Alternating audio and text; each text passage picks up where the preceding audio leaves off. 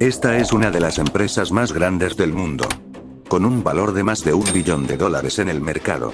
Pero en el año 2018, se vio envuelta en un escándalo que le acusaba de ofrecer acceso a la información de sus usuarios, a Cambridge Analytica, una empresa inglesa que usaba un software para analizar el comportamiento de los usuarios, con el fin de tomar decisiones políticas. Algunos incluso han llegado a señalar que la victoria de Trump fue gracias a la existencia de esa gran base de datos obtenida de forma ilegal. Por lo que se trata de uno de los mayores actos de espionaje masivo de los años recientes. Cambridge Analytica. Porque en este mundo, nada es privado. La historia de Cambridge Analytica comienza en 2013, como toda gran historia de éxito americano. Fue fundada por Alexander Nix y Robert Mercer, un multimillonario de Estados Unidos con vínculos con el movimiento político conservador. De hecho, originalmente la empresa matriz se llamaba SCL Group. Y en sus inicios se dedicó a la consultoría política. El cambio de nombre a Cambridge Analytica fue parte de una estrategia de marketing para dar una imagen más innovadora y centrada en la tecnología. Además de buscar relacionarse a la tan famosa universidad inglesa. El objetivo de Cambridge Analytica era claro: usar los datos de las personas para influir en el comportamiento electoral de los posibles electores, a través de técnicas avanzadas de análisis de datos y microtargeting. El microtargeting no es más que el uso de grandes cantidades de información, para dirigir campañas publicitarias a pequeños grupos de personas. Por lo que la personalización es una parte indispensable. All free men, wherever they may live, are citizens. La idea era segmentar a los electores, conocer sus preocupaciones, intereses y emociones, para luego enviarles mensajes políticos diseñados específicamente para ellos. Sería como vender zapatos conociendo las tallas, tipos de pies, preferencias de modelos y colores, tal y como te gustaría tenerlos. De ese modo, ¿por qué no los comprarías? Este era un software verdaderamente capaz de manipular las elecciones. Tendrían el poder de moldear a los candidatos según la información que obtuvieran, ajustar sus campañas políticas y anunciar medidas que se ajustaran a los deseos de los electores. ¿Quieres que mandemos a todos los inmigrantes fuera de nuestro país? Listo, sin problemas. Aunque en la realidad eso es imposible, porque hablamos de alrededor de 11 millones de inmigrantes ilegales en Estados Unidos. Muchos de ellos ocupando puestos de trabajo que pocos nativos escogerían hacer. Expulsarlos por completo sería destruir el sistema económico y mandarlo hacia el abismo de la crisis. Volviendo a nuestro caso, a nivel técnico, Cambridge Analytica usó tecnologías de análisis masivo de datos, lo que llamamos Big Data, y por supuesto, el software no era el único de su clase, existían muchos otros disponibles en el mercado. Pero esta destacaba por su capacidad para recolectar información en grandes cantidades y de diversas fuentes. Hablamos de tecnología avanzada para su tiempo. Tecnología que cualquier candidato presidencial querría para aumentar sus posibilidades de victoria. Para que te hagas una idea, incluso llegaban a utilizar inteligencia artificial para analizar los datos y hacer predicciones precisas sobre cómo podría reaccionar un individuo ante ciertos estímulos. Palabras, tono de voz, hasta la misma vestimenta y personalidad de discurso. Lo esencial del sistema estaba en su capacidad para crear perfiles psicográficos. A través del análisis de datos provenientes de redes sociales.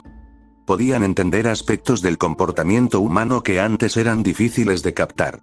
Por ejemplo, si un votante era más susceptible al miedo, o si su identidad política estaba fuertemente influenciada por cuestiones de seguridad nacional. Esos factores eran analizados y utilizados para generar anuncios específicos.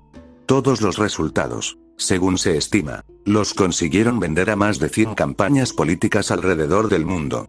Por mencionar alguno de los países de mi audiencia, estaban México, Argentina y Colombia. Así que su rango de control era realmente increíble. ¿Pero cómo lo hacían? Ellos utilizaban algoritmos de análisis de redes sociales para identificar patrones de comportamiento. Los datos de los usuarios de Facebook eran recolectados no solo a través de aplicaciones directas, sino que también aprovechando los permisos de acceso que la plataforma otorgaba en ese tiempo. Esa es una de las razones por las que se le atribuye a la empresa de Zuckerberg el permitir el acceso de nuestra información a las organizaciones con fines políticos y de absoluto lucro. Con ello, a través de una aplicación de test de personalidad llamada Esta es tu vida digital, desarrollada por Alexander Kogan, un investigador de la Universidad de Cambridge. Bastante curioso por cierto, se recolectaron datos no solo de los usuarios que se registraron, sino también de sus amigos, y de los amigos de sus amigos, lo que multiplicó exponencialmente la cantidad de información obtenida. Aquí es donde las cosas comenzaron a volverse peligrosas. Alexander Kogan vendió los datos recolectados a Cambridge Analytica, sin el consentimiento de los usuarios. Este fue el gran fallo de privacidad. Aunque la aplicación había sido creada con propósitos de investigación académica, Kogan violó las políticas de la plataforma al vender los datos para su uso en campañas políticas y fines de absoluto lucro. Ya que en sus normas se establece que los datos recopilados solo pueden ser usados para propósitos de la misma aplicación, y no deberían ser transferidos o vendidos. Como resultado de esas prácticas poco transparentes, más de 50 millones de personas vieron cómo sus datos personales, sus gustos, sus temores y sus inclinaciones políticas sobre todo, se convertían en una mercancía vendida a Cambridge Analytica. Y dentro de ellos, estaba el 15% de la población de Estados Unidos. Como dice la frase, si es gratis, tú eres el producto. Durante años, la plataforma azul permitió que aplicaciones de terceros accedieran a estos datos sin una supervisión adecuada, lo que permitió que esas empresas usaran los datos para construir perfiles altamente detallados. Y ojo que esto no era un software convencional, era un software diseñado para manipular las emociones y las decisiones políticas de los votantes. Un software que no solo recolectaba información, sino que influenciaba activamente en el comportamiento. Quizá el viejo y buen libro de 1984 no estaba equivocado. Porque lo cierto es que desde hace muchos años, hemos estado siendo expuestos a campañas de manipulación masiva. El uso más controvertido de este software ocurrió durante la campaña presidencial de Donald Trump, en 2016. I am with you, I will fight for you, and I will win for you. Cambridge Analytica fue contratada para ayudar a crear una estrategia de microtargeting, que llegara a electores indecisos en los estados clave, para darles ese empujoncito necesario a favor de su cliente. El software también fue utilizado para reducir la participación de votantes enemigos, aquellos que elegirían a sus contrincantes, enviando mensajes diseñados para hacerles sentir que su voto no sería útil. ¿Por qué votarías si parece imposible que tu candidato consiga ganar? Según un científico de datos y ex empleado de la misma Cambridge Analytica, no fue casualidad que las noticias falsas, y particularmente aquellas divulgadas en la plataforma, se convirtieran en un tema de debate durante las últimas elecciones presidenciales, por su posible incidencia en la victoria de Trump. Algo que se sabría recién en 2018, cuando los medios de comunicación, El Guardian y The New York Times, publicaron una serie de investigaciones que expusieron cómo Cambridge Analytica había usado estos datos sin el consentimiento de los usuarios. Christopher Wiley, un ex empleado de la empresa, se convirtió en el informante clave que destapó todo el asunto. Las revelaciones fueron impactantes. Se reveló que no solo Trump se benefició de estas prácticas, sino también el referéndum del Brexit en el Reino Unido. Un proceso político muy cuestionado que trató la salida del Reino Unido de la Unión Europea. Como era de esperar, la plataforma azul fue severamente criticada por permitir que sus datos fueran utilizados de forma tan masiva, y para objetivos tan manipuladores. La empresa enfrentó investigaciones, sanciones y multas de hasta $5.000 millones. Según la red social, ya no es posible que una aplicación acceda a la información personal de los amigos de los usuarios que las usan. No obstante, cuando Kogan desarrolló el test, esa opción dependía de la configuración de privacidad de cada uno. Por eso la empresa de Zuckerberg aseguró que jamás se vulneró la seguridad, ya que los usuarios cedieron su información. No hubo infiltración en los sistemas y no hubo robo de contraseñas, ni de información sensible. Cambridge Analytica, por su parte, aseguró que cuando en 2015 supo cómo Kogan había recopilado la información, las borraron casi de inmediato.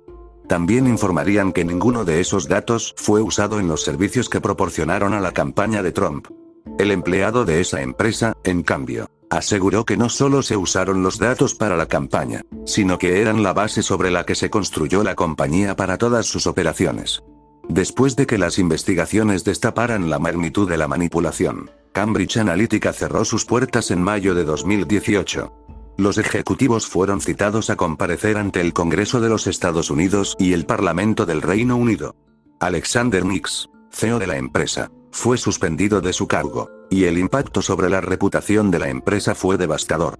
El software de Cambridge Analytica dejó al descubierto la fragilidad de la privacidad en la era digital y cómo los datos, aparentemente inofensivos, pueden ser manipulados para afectar el resultado de procesos democráticos globales. Este caso no solo expuso las deficiencias en la protección de la privacidad, sino que también planteó serias preguntas sobre el poder de las plataformas tecnológicas para alterar la opinión pública y manipular elecciones. Aunque la empresa ya no existe, el legado de este escándalo ha impulsado cambios regulatorios y leyes de protección de datos en muchos países, como la Regulación General de Protección de Datos de la Unión Europea, que exige un mayor control sobre la recolección de información personal. Pero hay un punto importante de todo esto. A diferencia de otras empresas de servicios, sea telefonía o Internet, los usuarios de Google, Twitter, Facebook y otras redes sociales gratuitas no manejan clientes, sino que las personas son el insumo del negocio.